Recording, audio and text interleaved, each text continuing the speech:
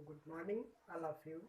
मैं Mohit Kumar Srivastava, saint Rameshwaram public inter college Banjara hill, Harpalpur, Hardoi से। कैसे हैं आप सभी लोग? मैं जानता हूं कि आप सभी लोग अपने भविष्य को उज्जवल बनाने के लिए निरंतर पढ़ाई पर भी ध्यान दे रहे होंगे, लेकिन इस समय जो हमारे देश में विषम परिस्थितियां उत्पन्न हो गई हैं, हमारे देश में ही नहीं बल्कि संपूर्ण विश्व में बहुत सारे देश जो इस भयंकर महामारी की चपेट में आ चुके हैं। तो जो परिस्थितियां बन रही हैं इस समय, तो उससे सभी लोग अवगत होंगे कि जो हमारे देश में और संपूर्ण विश्व में इस कोरोना नामक भयंकर महामारी के द्वारा बहुत सारे लोगों की मृत्यु हो चुकी है और बहुत सारे लोग इस भयंकर महामारी के संक्रमण से जूझ रहे हैं। अभी भी इस रोग पर किसी भी प्रकार का कोई भी वैक्सीन, कोई भी दवाई का प्रयोग सफल नहीं हो सका है। तो इन परिस्थितियों में हमारे देश में अर्थव्यवस्था, शिक्षा व्यवस्था, सब कुछ बंद हो गया है। तो इन परिस्थितियों को देखते हुए हमारी सरकार के द्वारा ऐसा प्रयास किया जा रहा है कि जो बच्चे घर पर बैठे हुए हैं, जिनका विद्यालय सभी लोगों का नहीं चल पा रहा है इस समय, तो इन परिस्थितियों में उनको ऑनलाइन क्लास के द्वारा उनको कुछ न कुछ अभ्यास अवश्य कराया जाए। तो शासन के इस प्रयास को सार्थक बनाने के लिए मैंने आप लोगों को पढ़ाने के लिए ऑनलाइन क्लासेस लेने की शुरुआत की है और मैं प्रयास करूंगा कि आप लोगों को हम अच्छी तरह से आपके सिलेबस को पूरा करा सकें और आप लोगों को घर पर ही कुछ न कुछ शिक्षा दें। और तो इसी क्रम में आज हम अपना पहला अध्याय रसायन विज्ञान से शुरू कर रहा हूँ, ठोस अवस्था। पहला अध्याय हमारा ठोस अवस्था, सॉलिड स्टेट। तो जैसा कि हम सभी जानते हैं कि जो हमारा द्रव्य जो होता है, जिसे कहते हैं पदार्थ जो होता है, संपूर्ण इस जगत में जितनी भी चीजें बनी है वो किसी न किसी पदार्थ से ही बनी है, जिसे द्रव्य कहते हैं।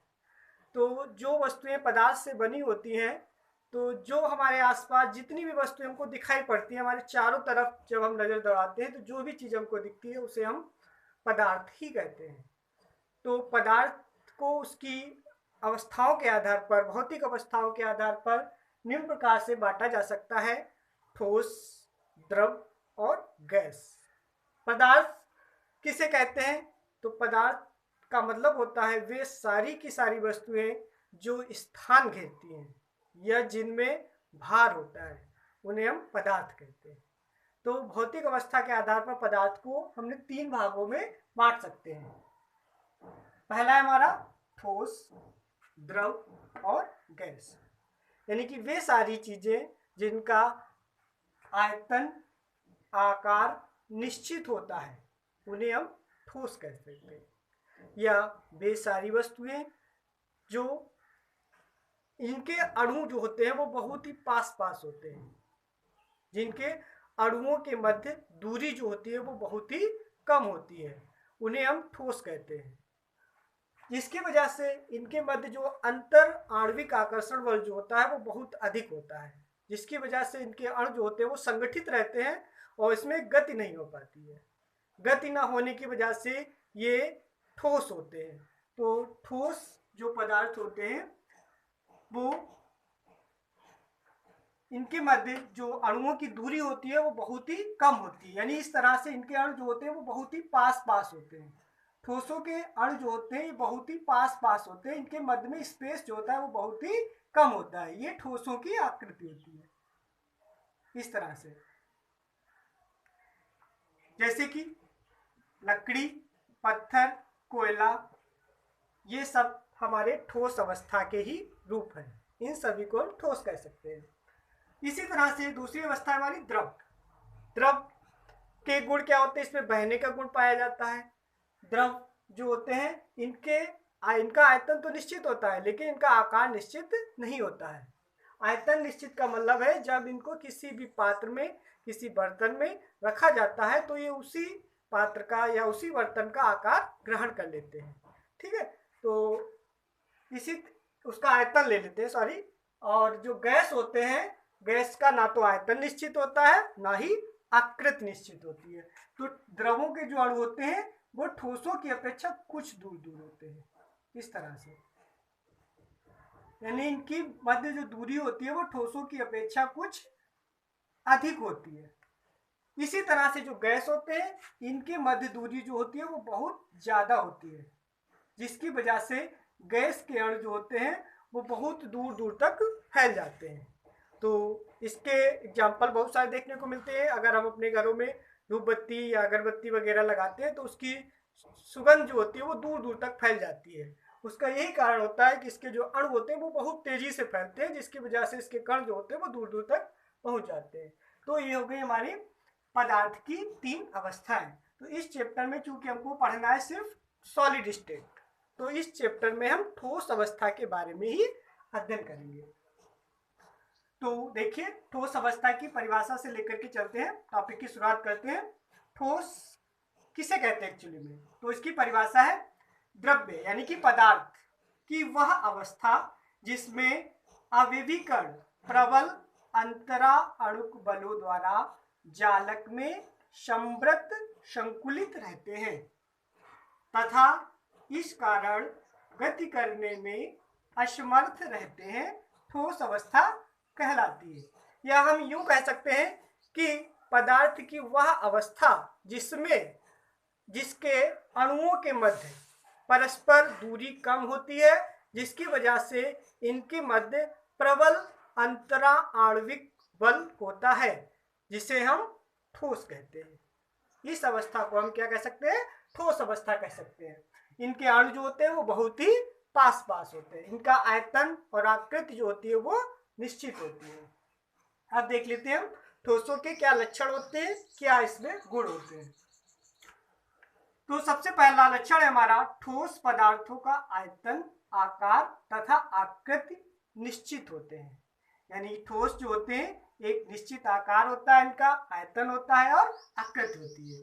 दूसरा कि अभी हमने आपको बताया था कि इसके जो अवयवी कण होते हैं, इनके अवयवी कणों के बीच की जो दूरी होती है, ये अवयवी कण जो थे इनके बीच की जो दूरी होती है वो बहुत ही कम होती है। जब इनके बीच की दूरी कम होती है तो इनके मध्य जो आकर्षण बल होता है वो बहुत अधिक बढ़ जाता है, जिसकी वजह से ये अणु जो होते हैं वो गति नहीं कर पाते हैं और इसी कारण से इनके मध्य जो अंतर आणविक जो बल होता है वो प्रबल हो जाता है।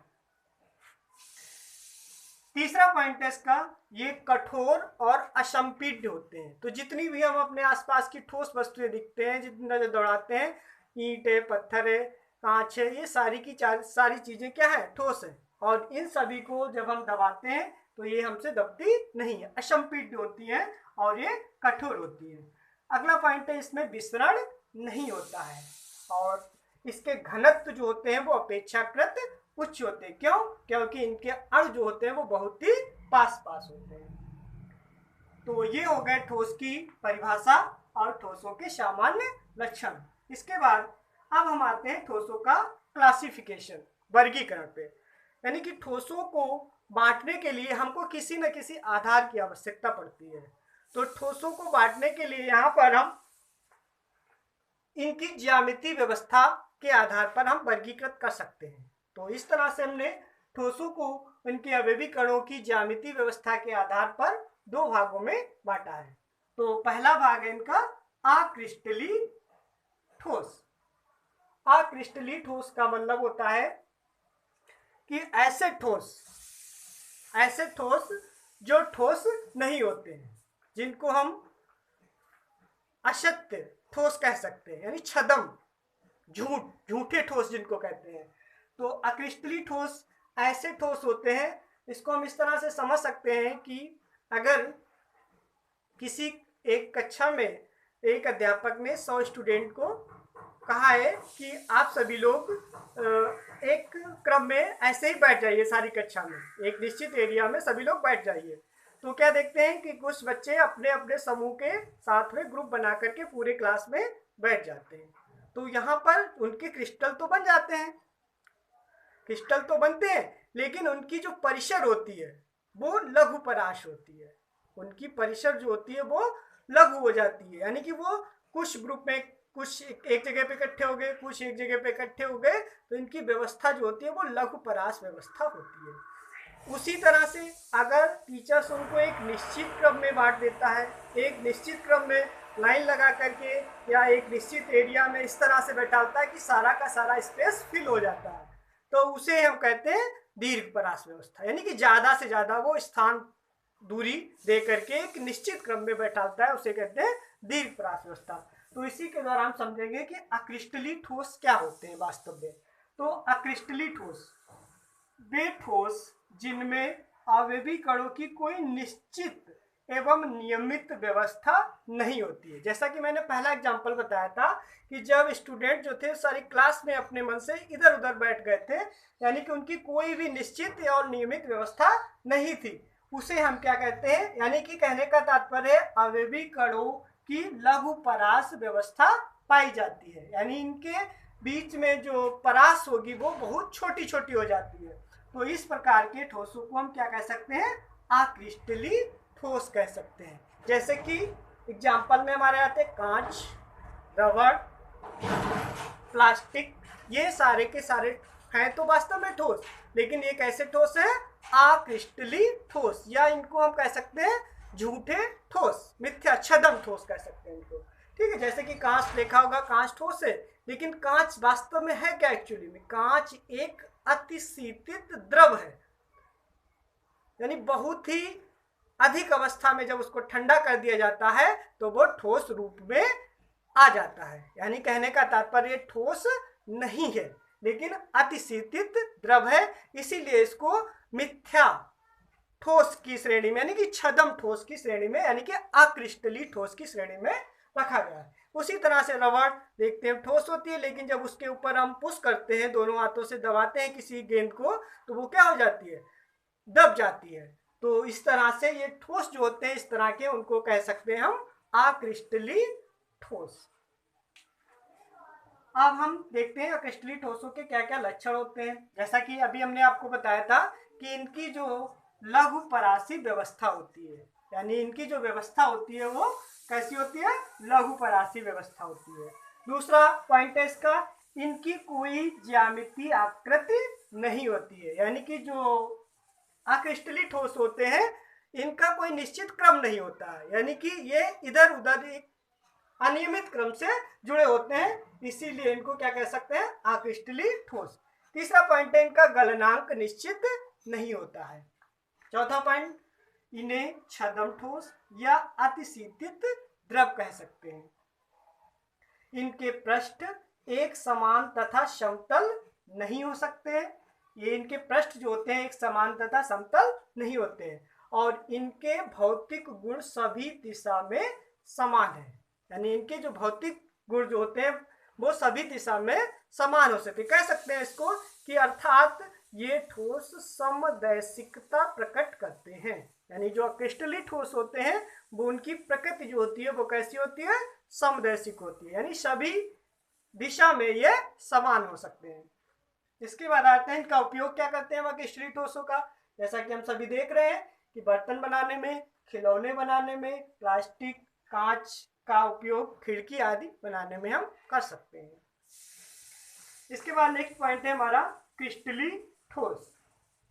क्रिस्टलीय ठोस, इसमें आते हैं हम कि वे ठोस जिनमें आवेवी कण जो होते हैं वो एक त्रिविम में, यानी कि वे ठोस जिनमें आवेवी कणों की त्रिविम में एक निश्चित एवं नियमित व्यवस्था होती है, अर्थात कह सकते हैं कि आवेवी कणों की दीर्घ परास व्यवस्था होती है, उन्हें हम क्या कह सकते हैं, क्रिस्टलीय ठोस कहते हैं। जैसे कि आयरन, कॉपर, सोना, सिल्वर, NaCl, जिसे हम नमक कह सकते हैं, साधारण नमक, शक्कर, चीनी, सुक्रोज आदि, ये सारे के सारे जो ठोस होते हैं वो सारे क्या कहलाते हैं, क्रिस्टलीय ठोस कहलाते हैं। जैसे कि जितनी भी धातुएं होती हैं, जितनी भी धातुएं होती हैं वो सारी की सारी क्या होती हैं, ठोस होती हैं। हम अपने आसपास जितनी भी धातुएं देखते हैं वो सारी ठोस ही कहलाती हैं, लेकिन एक ऐसी धातु भी है जो द्रव अवस्था में पाई जाती है, वो धातु कौन सी है? अगर आपको पता होगा तो उसे हम कहते हैं पारा। पारा एक मरकरी एक ऐसी धातु है जो धातु होते हुए भी द्रव अवस्था में पाई जाती है। NaCl नमक, शक्कर, यानी कि शक्कर के जो छोटे छोटे क्रिस्टल होते हैं उनको भी, क्रिस्टली का मतलब जिनको और छोटे छोटे भागों में तोड़ा जा सकता है, जिनके क्रिस्टल किए जा सकते हैं, इनको टुकड़े किए जा सकते हैं, तो शक्कर भी है क्या, क्रिस्टली गुण होते हैं। तो ये सारे के सारे जो पदार्थ कहलाते हैं, जितने भी, ये सारे के सारे एग्जाम्पल हैं हमारे किसके, क्रिस्टली ठोसों के कहलाते हैं। अब हम आ जाते हैं इनके क्या लक्षण है, क्रिस्टली ठोसों में क्या विशेषताएं पाई जाती हैं। तो पहली विशेषता इसमें है, इसमें दीर्घ परासी व्यवस्था होती है। जैसा कि अभी हमने पढ़ा था, अक्रिस्टली ठोस की व्यवस्था जो थी वो कैसी थी, लघु परासी व्यवस्था, यानी कि इनकी व्यवस्था जो है वो कैसी है, दीर्घ परासी व्यवस्था, यानी कि ये एक नियमित रूप से एक निश्चित क्रम में बंधे होते हैं, जिसकी वजह से इनकी परास जो होती है वो दीर्घ हो जाती है। दूसरा पॉइंट है, इनकी आकृति निश्चित होती है, यानी इनका आकार भी निश्चित होता है। तीसरा पॉइंट है, ये वास्तविक ठोस कहलाते हैं, रियल में ये जो ठोस कहलाते हैं उनको हम क्रिस्टली ठोस ही कहते हैं। ये दृढ़ होते हैं, सारे के सारे ठोस होते हैं। इनके पृष्ठ एक समान तथा समतल होते हैं। इनके भौतिक गुणों में अलग अलग दिशाओं में भिन्नता होती है।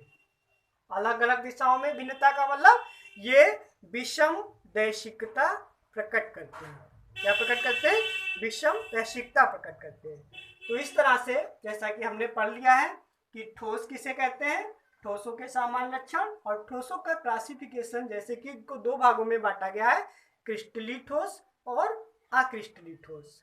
तो इसी क्रम में जो हमारा अगला चैप्टर होगा वो हम नेक्स्ट डे देखेंगे। तो इसमें जो आपने पढ़ा है, इसमें एक चीज और पूछी जाती है आपकी कि जो ये क्रिस्टली ठोस होते हैं और अक्रिस्टली ठोस में क्या अंतर है।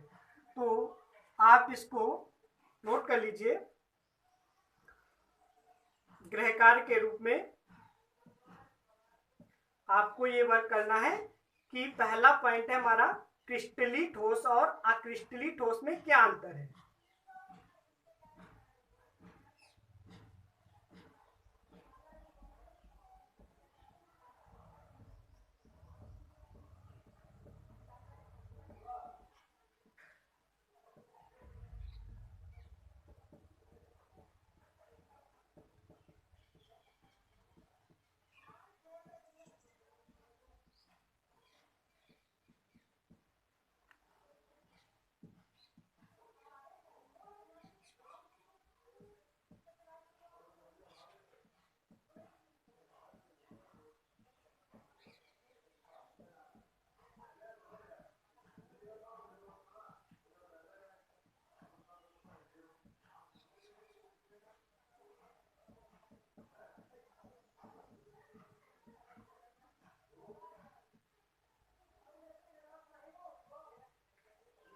तो ये 3 क्वेश्चन है आपके लिए गृह कार्य के लिए। पहला क्वेश्चन आपको लिखना है, क्रिस्टली ठोस तथा अक्रिस्टली ठोस में क्या अंतर है। जैसा कि अभी हमने आपको इसकी क्रिस्टली ठोस और अक्रिस्टली ठोस की दोनों की विशेषताएं बता दी है। तो एक लाइन खींच करके दोनों पार्टों में एक तरफ क्रिस्टली ठोस और एक तरफ अक्रिस्टली ठोस लिख करके इनकी जो विशेषताएं या लक्षण लिखा है वो दोनों तरफ लिख देंगे। तो ये इसमें क्रिस्टली ठोस में और अक्रिस्टली ठोस में अंतर हो जाएगा। दूसरा क्वेश्चन है, क्रिस्टली ठोस क्या है, क्रिस्टली ठोस किसे कहते हैं। और तीसरा क्वेश्चन पूछ रहा है, अक्रिस्टली ठोस क्या है या अक्रिस्टली ठोस किसे कहते हैं। तो ये 3 क्वेश्चन आपको करने हैं आज के गृह कार्य में।